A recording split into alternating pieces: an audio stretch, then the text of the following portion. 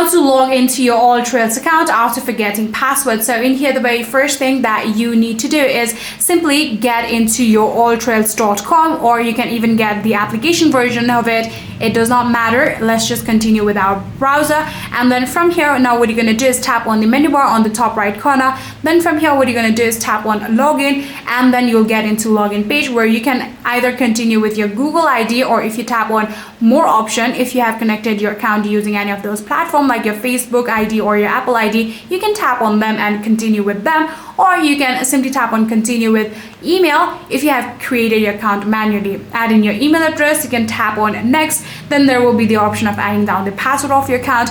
If in case if you have forgotten your password, then there will be the option of forgot password.